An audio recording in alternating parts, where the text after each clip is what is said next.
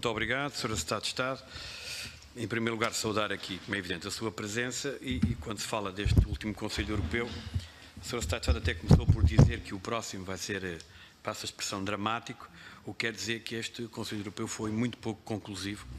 independentemente de haver um tema que atravessou não só o período do Conselho Europeu, mas que precedeu o Conselho Europeu, que tem a ver com a saída do Reino Unido da União Europeia, a questão do Brexit. Foi este o tema que mais foi abordado em torno do Conselho Europeu. É verdade que as reuniões que tinham tido lugar durante o fim de semana, primeiro criaram umas grandes expectativas, mais tarde acabaram por perceber-nos todos que eram inconclusivas. Percebemos também que hoje o problema que temos em relação ao Brexit não é um problema técnico, é um problema claramente político e, portanto, eventualmente mais difícil de concretizar, independentemente da questão técnica estar associada a um conjunto de perguntas que mais tarde, ou de seguida, lhe irei fazer. Também é claro e evidente a incapacidade do Reino Unido para apresentar propostas concretas para que seja possível concretizar este acordo. E realmente não houve grandes avanços na proposta do Reino Unido, muito particularmente em relação à questão da fronteira física da Irlanda. E, neste momento, o problema que temos é que, em termos de calendário, a única data que temos é realmente o 29 de março de 2019. E, portanto, acho que devemos estar todos preocupados quando se falava que, em outubro, deveríamos ter finalizado todo este processo de negociação para que depois possa, a seu tempo, ser validado no Reino Unido. Há quem diga que não se pode esperar por dezembro, que terá que ser mesmo ainda em novembro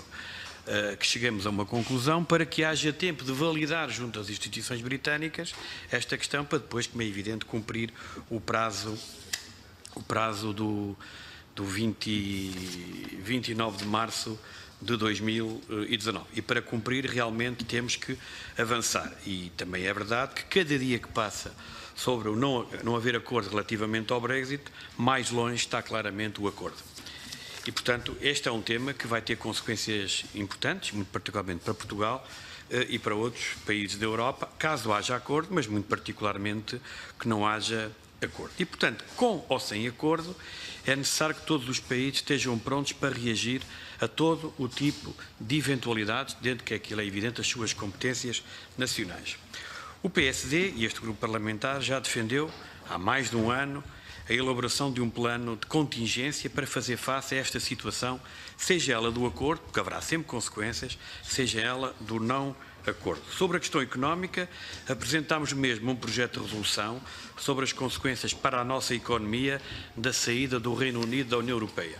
Não tivemos, infelizmente, grandes respostas, mas a atualidade assim o permite. A Confederação Empresarial de Portugal anunciou ainda esta semana, ou semana passada, que irá apresentar, salvo erro, durante o mês de outubro, um estudo sobre os efeitos do Brexit na economia portuguesa e um dos dados que já revelaram é que haverá uma quebra das exportações de 15% a 23%, o que é realmente significativo. E, portanto, isto é uma matéria que nos devia, tal e qual como o PSD lembrou há mais de um ano, que nos deve e que certamente nos obrigará a estar preocupados. O Primeiro-Ministro terá dito no final deste Conselho Europeu que os Estados-membros estão a desenvolver planos de contingência, tendo em vista responder à eventualidade do não acordo. Eu próprio, já numa das suas últimas audições de Secretário de Estado, tinha levantado esta questão.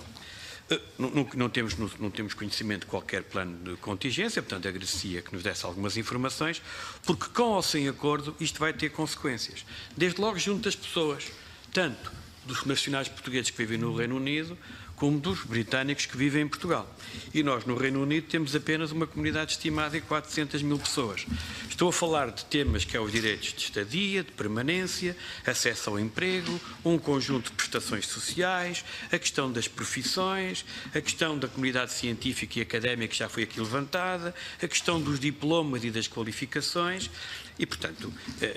isto é um tema que toca claramente com as pessoas e não deixa de ser preocupante. Depois temos outras questões mais alargadas, a questão dos transportes, a livre circulação de pessoas, e o que nós sabemos é que há outros países que estão a avançar com planos de contingência, não estando à espera da data do 29 de março para então decidir qualquer coisa. Há exemplos claros da França em que avançaram com um plano de legislação, mas pelo menos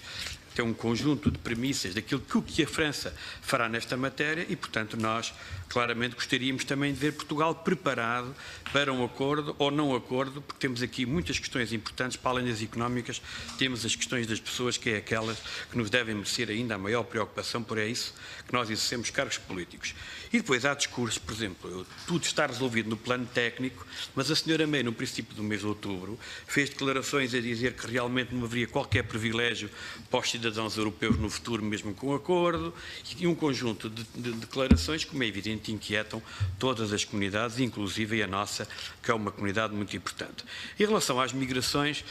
esperava-se um pouco mais e ficou tudo adiado para dezembro. Ou seja, cada vez mais perto, outra data importante, que é as eleições europeias, sabendo que este tema é o tema que vai estar na ordem do dia. Ainda hoje, nesta sala, tivemos a oportunidade de travar algumas discussões com os senadores franceses e, por exemplo, em França e em outros países, a questão migratória será o tema que vai estar em cima da mesa. E é verdade que, muito particularmente em questão do Brexit, a solidariedade que existe na Europa é a solidariedade de ninguém quer contribuir mais para o orçamento do Estado. Outra matéria não há. E aqui também não há a solidariedade que, eventualmente, seria necessária para preparar da melhor forma o ato eleitoral. A senhora Secretária de Estado já avançou aqui com um conjunto de ideias daquilo que pouco ou nada discutiu sobre as questões das migrações, que vão ser adiadas, mas há aqui alguns temas que me parecem importantes, que nos pode dizer mais sobre a Agência Europeia para o Asilo, que é realmente um tema que é claramente importante e que já na outra reunião tínhamos falado de forma muito ligeira, e depois associou à questão das migrações aquilo que tem a ver com a política externa da União Europeia e a aproximação à África, que me parece algo muito importante, muito particularmente para um país como o nosso, que vê a relação Europa e África como algo fundamental, e não é por acaso que fomos nós que, quando tivemos a presença europeia, organizámos um grande evento de Lisboa e por razões que não só nós partilhamos, mas muito particularmente os de países do sul da Europa. Um encontro com a Liga Árabe, tudo bem, mas realmente esta matéria sobre a aliança África-Europa é uma medida que me parece positiva, mas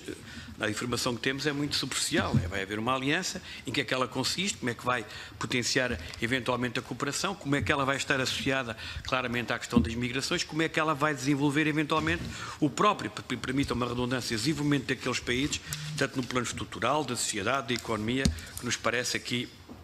também muito importante. A Sra. Secretária de Estado falou também da questão da Itália e da derrapagem sem precedentes na história do Pacto de Estabilidade e Crescimento, que tentou-se não dramatizar. Só que hoje, antes de ir para esta reunião, tivemos todos a informação que a Comissão Europeia acabou por chumbar o orçamento italiano,